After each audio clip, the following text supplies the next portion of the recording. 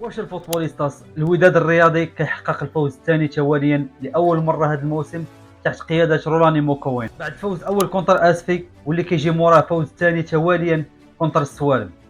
وهذا الماتش سجلت فيه عده ملاحظات على الشكل غير متوقع اللي بان عليه الفريق،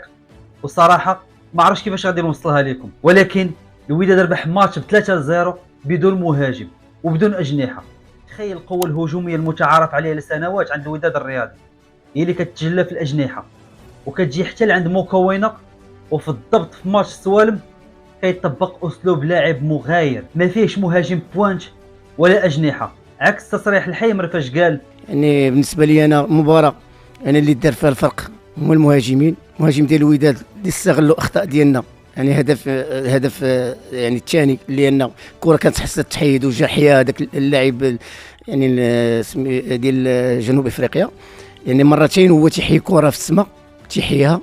وتيردها فرصه. رولاني موكونه بعد ماتشات عده في البطوله كان كيستعصي عليه الفوز بالرغم من توافر بروفيلات متنوعه في الهجوم،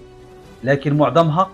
كان كيفتقد الجاهزيه البدنيه والبعض كان كيفتقد الديسيبلين. رولاني هنا كيلقى الحل في خط الوسط، واولى بوادر هذا التغيير في شيما تاكتيك بانت في الماتش ديال اسفي فاش جعل من زمراوي من لاعب وسط هجومي لشادو سترايكر اللي هو مهاجم الظل، مع بقاء خصائص لاعب الوسط، والنتيجه تسجيل الزمراوي الهدف الماتش الوحيد بعد تمريره من وراء الظهر جات باقدام بوشتا اللي بدوره كيحاولوا مكونه في دقائق كثيره من الماتش الجناح هجومي كان خارط في البناء الهجومي. مكونه خدا ماتش اسفي بروفا الماتش السوالم، لكن هذه المره بعد قراءه متعمقه على الخصم لقى بلي فريق السوالم كيعتمد فكره الدفاع على مبدا التكتل والترانزيسيون السريع في كل بناء هجومي. ومبدئيا دفاع الكتله كيكون صعيب بزاف انك دير ليه بروفوكاسيون باش يخرج من الكاري، وباش مكونه قدر يكسر دفاع الكتله طبق هنا الاوفرلود اللي كيجلى في التفوق العددي في مربع الخصم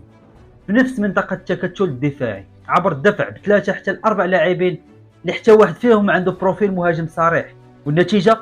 كانت خلخله الدفاع السوالم بتدوير الكره في منطقه ضيقه قدر بالتفوق العددي يتواجد مجددا الزمراوي بس يسجل الهدف الافتتاح، وبالتالي قدر مكون من بدايات الشوط يفك شفره الدفاع. هذا التحول في شكل الفريق كان فيه واحد التغامر كبير باعتبار ان الفريق كان لاعب بسينجل بايفوت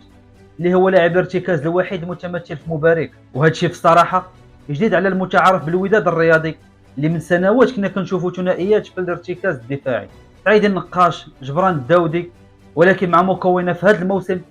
اصبحنا كنشوفوا الارتكاز الوحيد في وسط الميدان، ومع ذلك كتكون عنده لاكسي باش يعطي اضافه الهجوميه في صنع اللعب، والكثر من ذلك كتكون عنده خاصيه التسديد اللي ترجمات من بعد الهدف الثاني ببروساج اكثر من رائع من مبارك عطى الهدف الثاني للوداد الرياضي كونتر السوالم.